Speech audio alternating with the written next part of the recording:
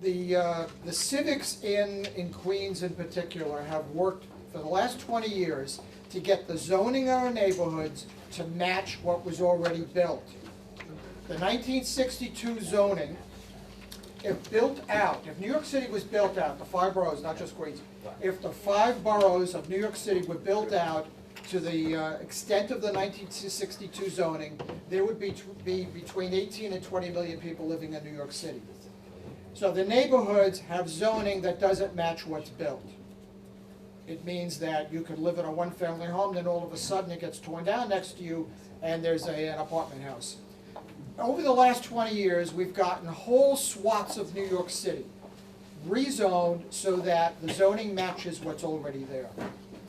This mayor now, under the guise of getting more affordable housing built, wants to change the zoning to allow taller buildings, eliminate parking, reduce the size of apartments, and even liberals in this city, believe it or not, are not supporting this because they've studied these plans and they see that it's only a windfall to developers. And why would the mayor do this? Because developers help them get into office. So we're getting this bogus story about this is going to be all for the poor people. The rents that they're going to charge in this affordable housing in most of these apartments will be $3,000. So we know that this is a total bogus story about building housing for the poor. In Queens, only boards 1 and 3, community boards 1 and 3 voted for it. Throughout the city, the community boards have been overwhelmingly turning this down. Unfortunately, community boards are only advisory. City Planning held one major hearing very recently at the Museum of the American Indian. I still call it the Customs Court. It's not used for that purpose anymore, but we all know it is that building. Where is that? It's down at Bowling Green, for crying out loud. I don't know why they didn't hold it right in the middle of the harbor. They obviously didn't want people to go. The room held 150 people, and hundreds turned out. Some people waited 7 hours to speak. Many never got to speak at all. There were people who were saying, we've got to write letters because we need to have another hearing for all those people who weren't heard. That's a waste of time. And I've told my organization, 4 Borough Neighborhood Preservation Alliance Foundation, of which I'm president, that it's a waste of time because the city planning members who have to vote on this are appointed by the mayor, and another hearing is just a waste of time. They know we don't like it.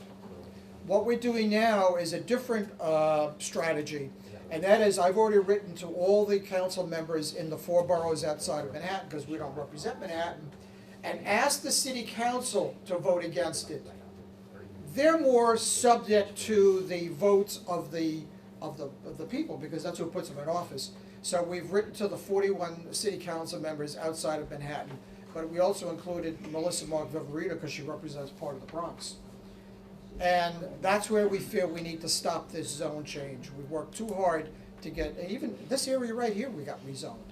Bellerose, Floral Park, huge swath of Whitestone, all over Queens we've done this to get the zoning down to match the kind of development, the low-scale development that we have. We don't need this mayor to change it. Some of the arguments they gave were absurd. Like, for example, in areas where there's nursing homes and assisted living, we can eliminate the parking lots and then we can build on the parking lots because old people don't drive. Well, to some degree that's true. But the people who visit them drive, and the people who work in those facilities drive, and they need a place to park when they're working. So we've said, look, this is absurd, you can't do this.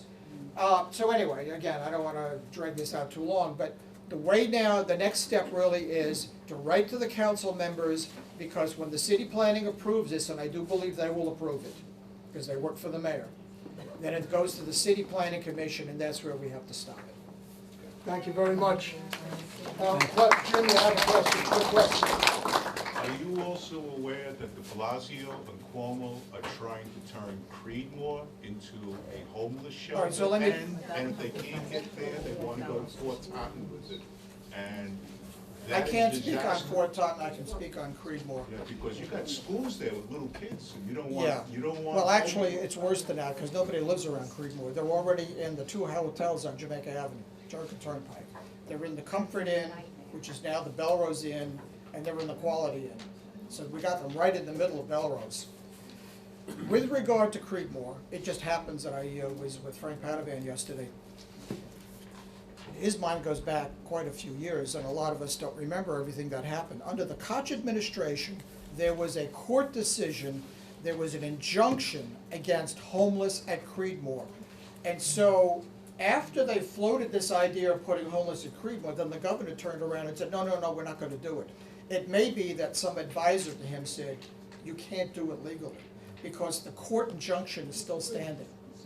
It cannot go in there legally. Thank you. Okay, thank you.